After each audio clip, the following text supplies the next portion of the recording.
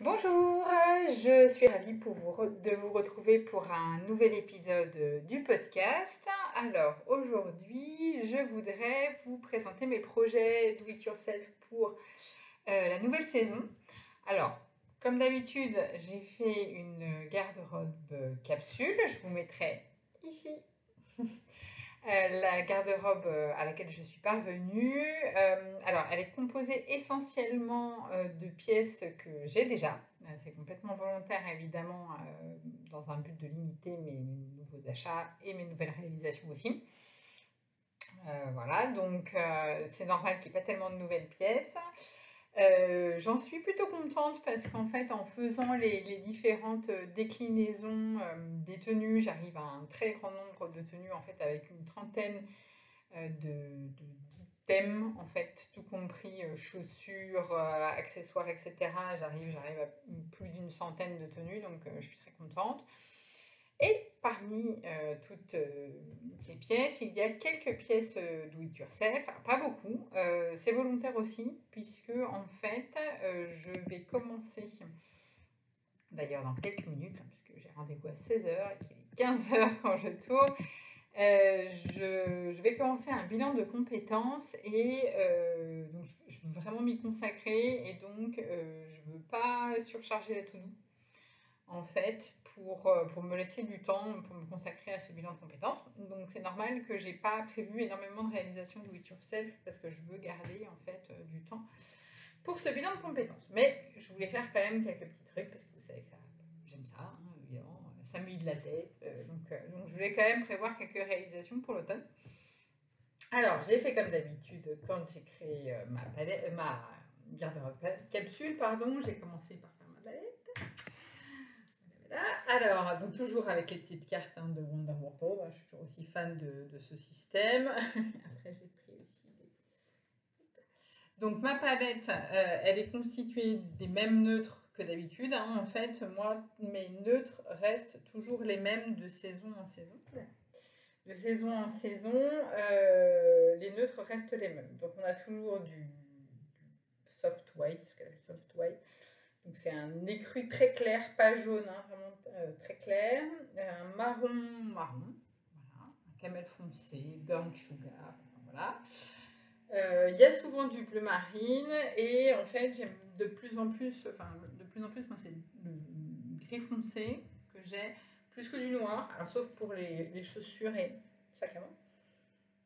Mais sinon c'est plutôt du gris foncé que du noir pur, je trouve que ça me va mieux.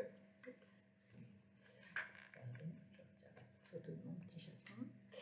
C'était une bonne page. Ensuite, il y a les couleurs principales. Alors, moi, mes couleurs principales, vous savez, c'est Bordeaux, voilà, corail, sienne et.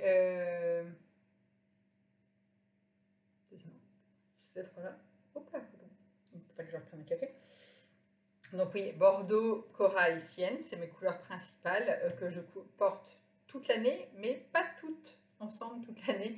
Ce que j'essaye de faire en fait, c'est que j'essaye de changer de couleur principale de saison en saison. Ça m'apporte de la variété en fait. Donc par exemple, ce Bordeaux que je n'ai pas beaucoup porté pendant l'été, alors que j'ai porté beaucoup de sienne par exemple, et ben je peux porter ce Bordeaux cet automne.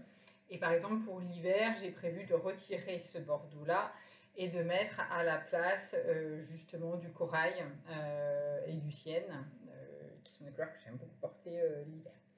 Donc voilà, donc j'essaye en fait les piliers de les faire varier de saison en saison pour pas avoir l'impression de porter toujours la même chose. Mais c'est vrai qu'elle m'apporte beaucoup de cohérence en fait au global de ma garde-robe parce que c'est des teintes qui reviennent souvent.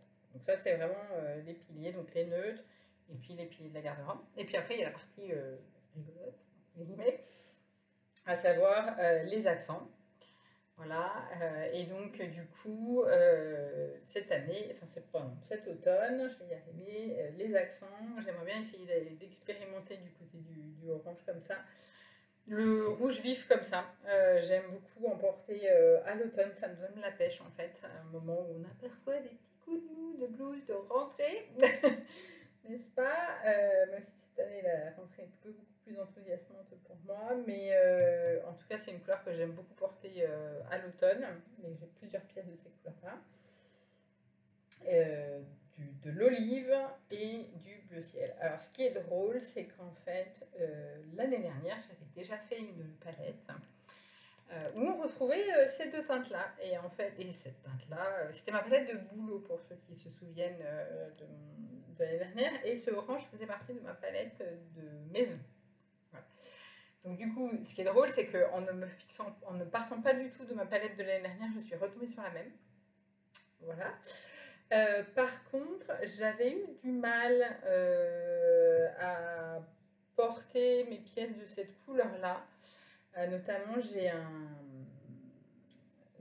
tailleur, pas olive, kaki, vraiment foncé, enfin, en fait, un peu vert RATP, vous voyez, pour ceux qui connaissent, et que j'ai jamais porté, que d'ailleurs je vais certainement revendre en dépôt-vente. Mais en tout cas, il y avait des pièces, j'arrivais pas... Ces pièces-là, j'arrivais pas trop à les mettre. Donc du coup, j'ai essayé cette année d'aller sur des touches plus en accessoires ou une couleur au sein d'un motif, voilà. Mais moins de pièces entièrement de cette couleur-là, parce qu'en fait, je me rends compte que ça donne un côté très casual que je n'assume pas forcément.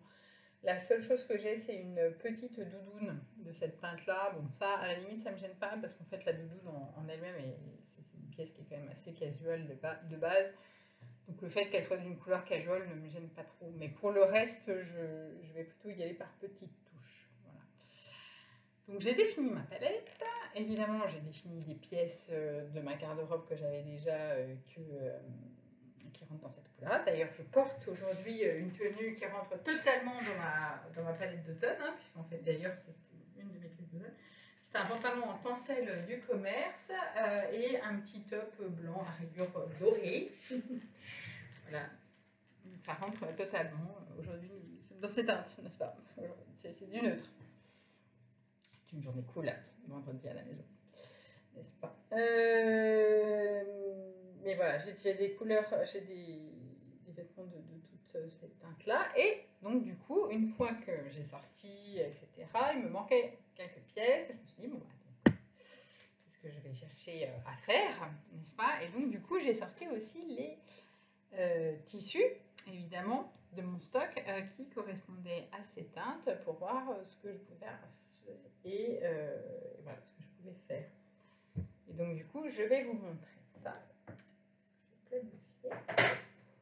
Alors, j'ai prévu de faire dans cette viscose Liz Taylor qui m'a été offerte par Nathalie. Voilà. Qui est en fait, le fond est rosé, très très clair en fait, et par contre les petites fleurs, vous avez mal, pas très bien les couleurs. C'est assez bon. Attends, je vais essayer d'allumer.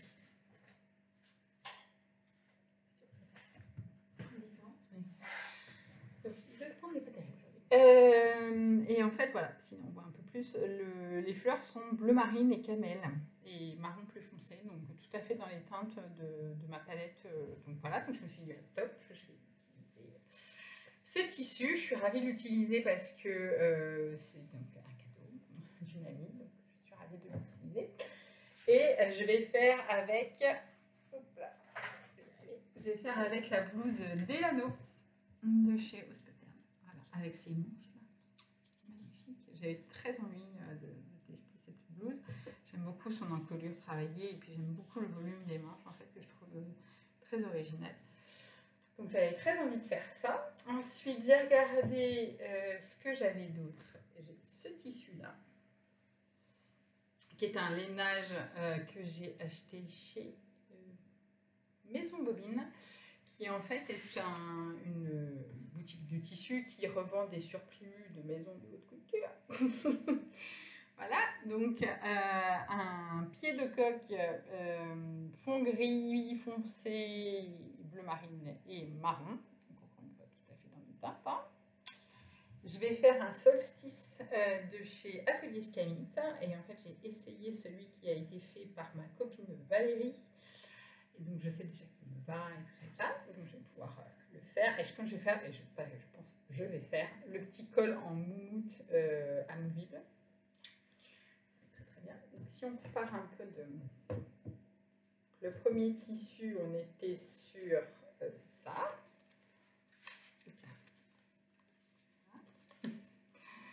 Là, on est sur ça. Voilà.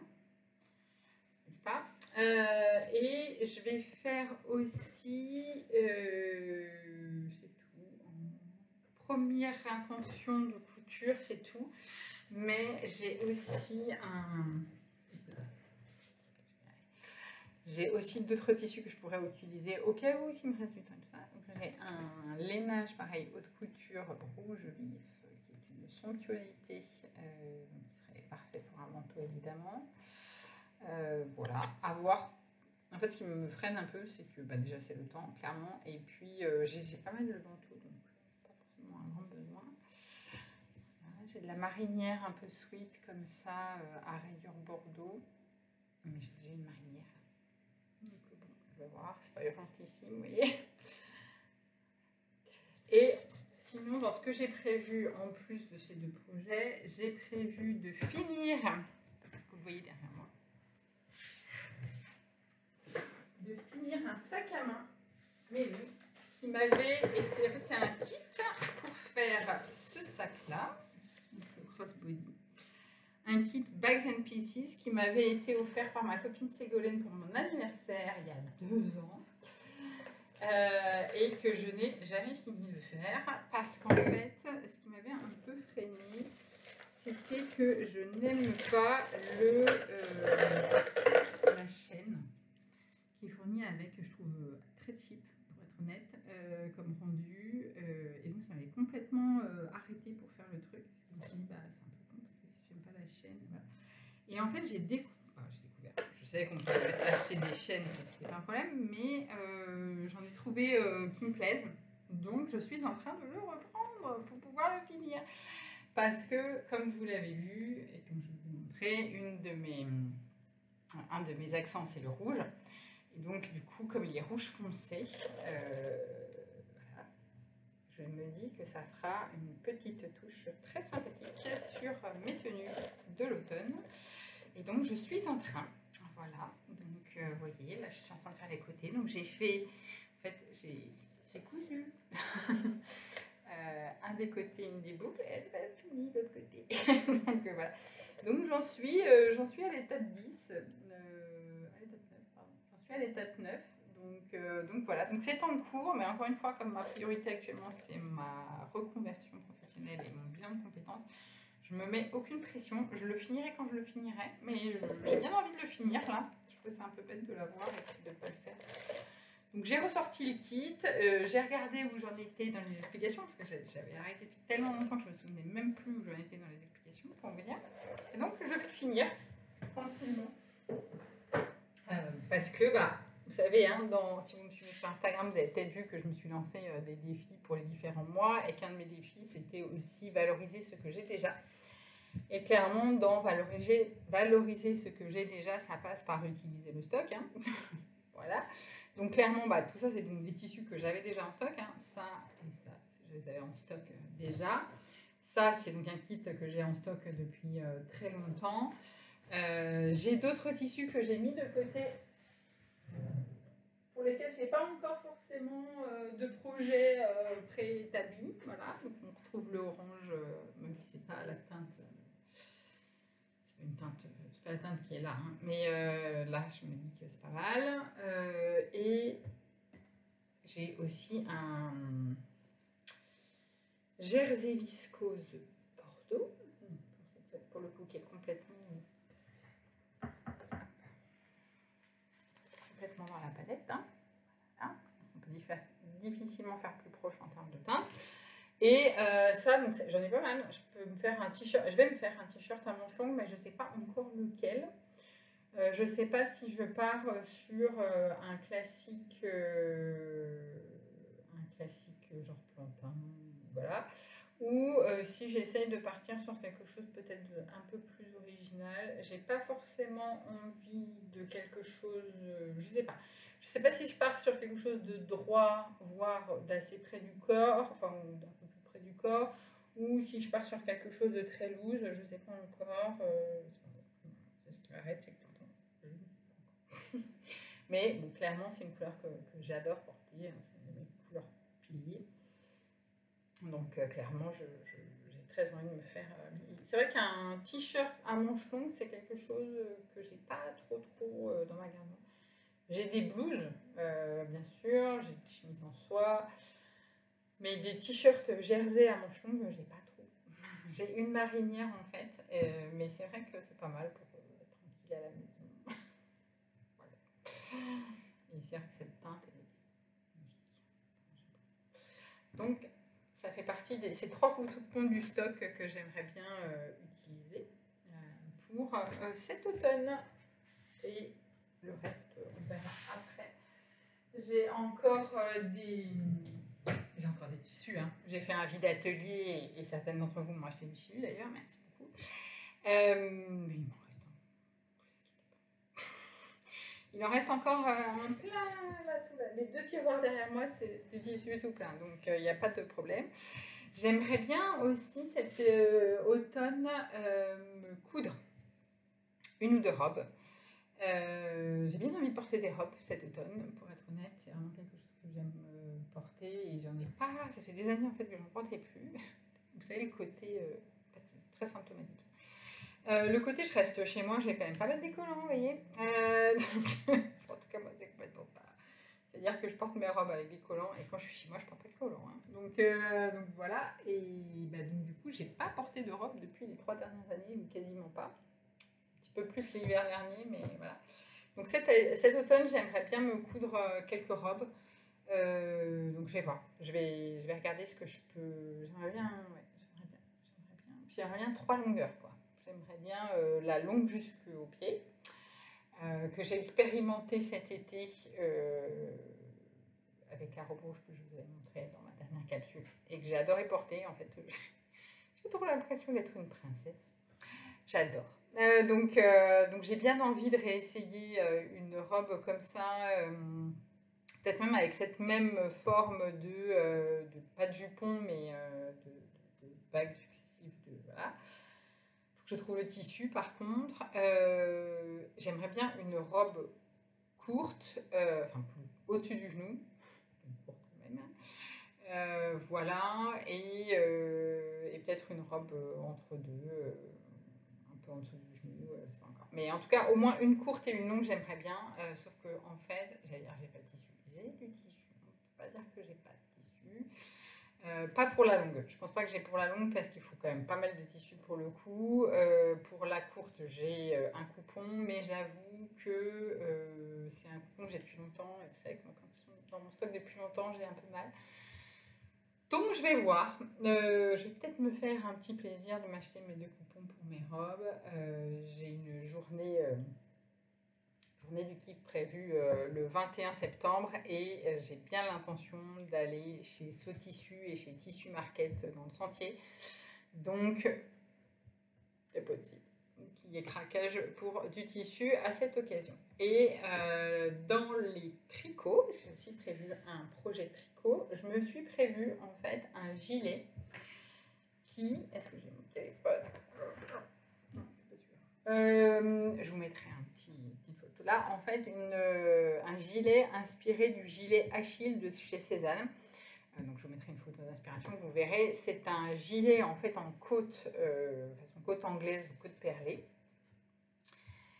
Qui a lui des manches basculées là, qui est en grosse laine, certainement, enfin, qui pour une tricoteuse évoque un mélange mohair, quelque chose, vous voyez, voilà, avec une encolure en V et une jolie patte de finition façon champagne cardigan, vous voyez.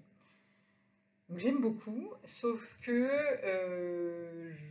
j'avais très peur de l'effet bibendum. Moi j'aime bien rentrer mes gilets aussi parfois, enfin j'aime bien porter mes gilets tout seul. Donc j'ai cherché, en fait je voulais un gilet dans ces inspirations là, donc côte anglaise, en V, jolie patte de boutonnage, mais j'ai pas trouvé ce que je voulais exactement, même s'il existe des modèles, mais j'ai pas trouvé exactement ce que je voulais. parce qu'en plus, je voulais des manches raglan. Parce que là, les manches du modèle sont basculées, mais moi, je sais que sur moi, c'est plus joli la manche raglan. Ça donne un côté plus ajusté, qui tombe mieux sur les épaules, tout simplement, que cette forme basculée. Donc, je voulais ça. Et en fingering, parce que je voulais pas un effet trop... Parce que je voulais pouvoir le porter en gilet, donc par-dessus une blouse, et en même temps, ou tout seul. Mais donc par-dessus une blouse, ça veut dire pas trop d'épaisseur non plus quand même. Donc bref, j'ai pas trouvé ce que je voulais. Et donc, je l'ai fait moi-même. Je suis assez fière du coup. Je vais vous montrer où on en est. Donc je vous avais mis une petite vidéo sur Instagram, pour celles qui me suivent aussi sur Instagram. J'avais exhumé de mon stock des pelotes de fingering de chez Yarneline. Voilà. Le coloris Madame Boulette, donc ça veut dire un coloris non reproductible. Voilà. Que j'avais acheté dans un déstache qu'elle avait fait il y a quelques mois, au moins, ouais. Voilà. Alors là, il me paraît... il est plus clair que vous le voyez. Décidément, la luminosité n'est pas dingue aujourd'hui.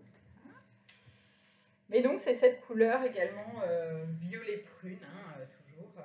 Plus violet peut-être que plus violet que l'inspiration là-bas, mais bon, on reste quand même dans des teintes. Comparé à celui-là, il est plus foncé, hein, nettement plus foncé même.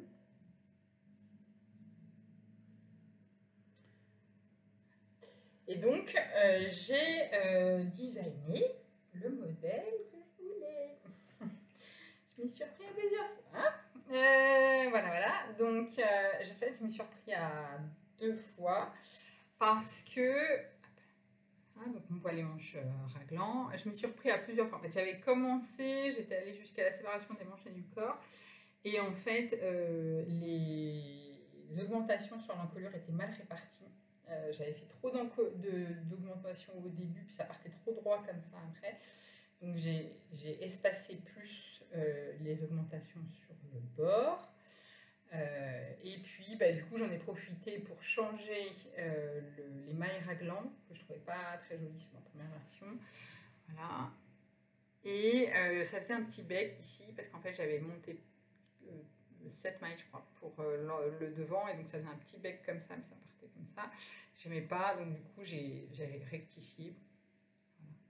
Voilà. Pour que ça soit vraiment une belle ligne là, qu'il n'y ait pas de discontinuité en fait entre la ligne de devant et dos. Pareil, il y avait aussi, j'avais monté trop de mailles dans le dos. Donc ça faisait un bec, enfin derrière ça descendait trop bas en fait. Donc je m'étais dit au début, tant pis, je relèverai moins de mailles dans le dos pour resserrer au moment de faire la pâte. Et puis moi, comme j'en étais à défaire, hein, je me suis dit, allez, on va rectifier quand même. Voilà, donc là j'en suis. Donc j'ai fait toute une manche. Alors vous allez me dire, elle est très courte Céline, la manche, hein, quand même là. Alors c'est voulu, enfin c'est pas que c'est voulu, c'est qu'en fait ce point se détend pas mal au blocage.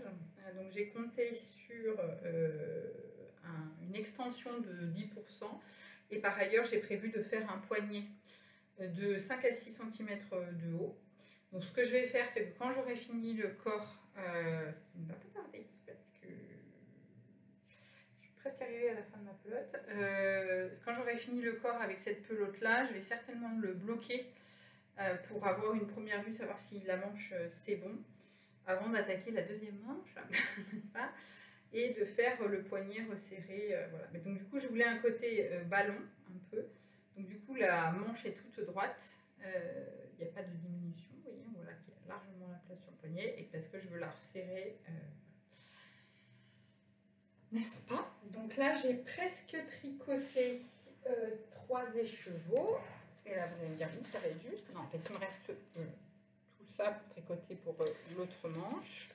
Non, et pour tricoter l'autre manche. Et en fait, j'ai demandé à Emeline, donc de Yarneline, de me refaire un écheveau.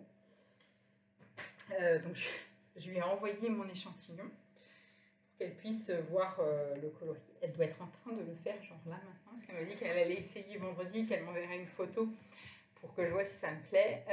Et en fait, ce que je vais faire, c'est que je vais m'en servir pour faire les côtes du bas du gilet, du bas des manches et la patte de boutonnage. Donc ça devrait être bon. Mais je le veux assez court parce qu'en fait l'idée c'est que je voudrais le porter justement sur des pantalons comme ça, avoir la patte de bande de côte en bas ici, mais vous voyez la hauteur n'est pas très grande. Donc je vais finir le mini bout qui me reste accroché à mon corps là, donc je pense que ça va faire un aller-retour quoi en gros, quelque chose comme ça, et puis ensuite je vais le bloquer. Pour voir un petit peu en longueur du corps, des manches, etc., comment on se situe. Et puis après, je tricoterai la deuxième manche en attendant que mon dernier écheveau me parvienne pour pouvoir faire les finitions avec mon dernier écheveau. Et pour aller avec, j'ai acheté, pour faire du bruit, j'ai acheté des boutons.